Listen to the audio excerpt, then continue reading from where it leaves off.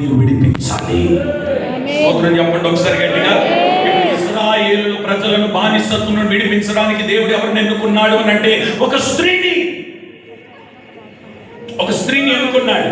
వెంటనే ఆ స్త్రీ ఏం చేసిందంటే, ఇప్పుడు చదువుతున్నారు చూడండి, సరిపోయిన వాడు ఎవరున్నారా అని వెతికిందట. అది 4వ అధ్యాయం 6వ వచనంలో చదువుతున్నారు. ఆమె నఫ్తాలి కేదేశులో నుండి అబీనోయము కుమారుడైన బారాకును పిలవనంపించి ఆగండి, అక్కడ ఆగుదాం. ఇక నా వైపు చూస్తూ వినండి. ఇప్పుడు ఇశ్రాయేలు ప్రజలను ఆ సిసేరా రాజు చేతి నుండి విడిపించడానికి ఇప్పుడు దెబోరా ఎవరిని వెతుకుతుందంటే, సరిపోయిన వాడు అన్నందరికి వచ్చి గట్టిగా, ఇంకొంచెం గట్టిగా చెప్పాలి. ఇంకో మాట చెప్తాను, నా వైపు చూస్తూ వినండి. ఒక పని ఉంది, ఆ పని చెయ్యాలి అంటే ఆ పనికి సరిపోయిన వాడైతే ఆ పని చేయగలుగుతాడు. అంతేనంటారా? సంఘం ఉంది, ఆ సంఘాన్ని నడిపించాలనంటే సరిపోయిన వాడిని దేవుడు వెతికితేనే ఆ సంఘం సరిపోయిన వాడి ద్వారా నడిపించబడతారు. ఇప్పుడు ఇశ్రాయేలు ప్రజలు ఆ బానిసత్వం నుండి బయటికి రావాలంటే ఆ సరిపోయిన వాడు కావాలి. ఆ సరిపోయిన వాడు గురించి వెతికితే ఎవరు కనబడ్డారు? ఈ దెబోరా కంటే బారాకు. స్తోత్రం చెప్దామా గట్టిగా? బారాకు ఈజ్ ఈక్వల్ టు మెరుపు అని రాసుకోండి. బారాకు అనగా మెరుపు. ఏమండి, ఇప్పుడు దెబోరా ఎవరిని వెతుకుతుందో తెలుసా?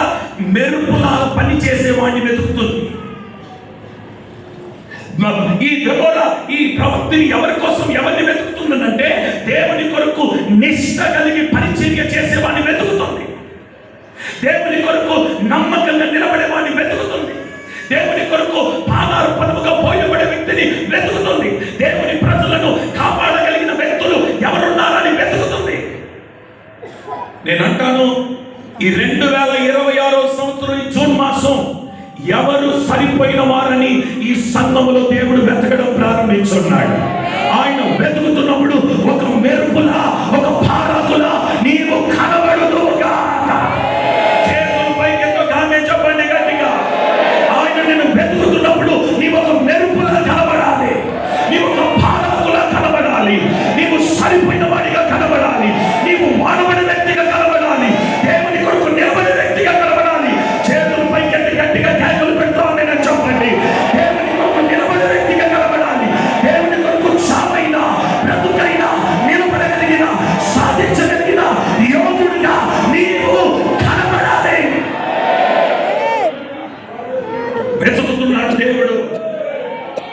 సరిపోయిన వాడు ఎవరున్నారని వెతుకుతున్నాడు ఆయన.